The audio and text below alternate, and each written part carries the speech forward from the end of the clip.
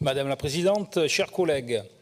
depuis la crise Covid, les relations entre employeurs et salariés connaissent de profonds bouleversements. Depuis 2020, la politique volontariste de la région a permis d'accompagner 10 000 entreprises dans le développement des compétences de leurs salariés, tout particulièrement dans la sécurisation de l'évolution professionnelle des salariés ayant un bas niveau de qualification.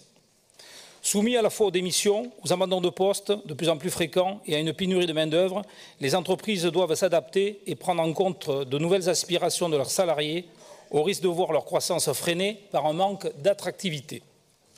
Dans ce contexte, la politique responsabilité sociétale des entreprises prend de plus en plus d'importance, avec en point d'orgue des salariés non plus les seules et traditionnelles revendications salariales ou évolution de carrière, mais désormais des aspirations au développement durable, à l'équilibre vie personnelle, vie professionnelle, à l'égalité professionnelle ou bien à la qualité de vie au travail.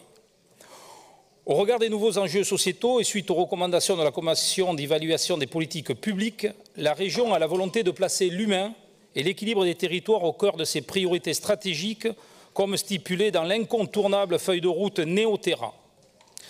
Cette délibération portant sur un nouveau règlement d'intervention des aides régionales pour le développement des compétences en entreprise répond-elle à ces nouveaux enjeux sociétaux? En partie seulement, car si les intentions sont louables, les modalités opérationnelles de mise en œuvre laissent malheureusement à désirer, et tout particulièrement celles relevant de l'acronyme AIEI.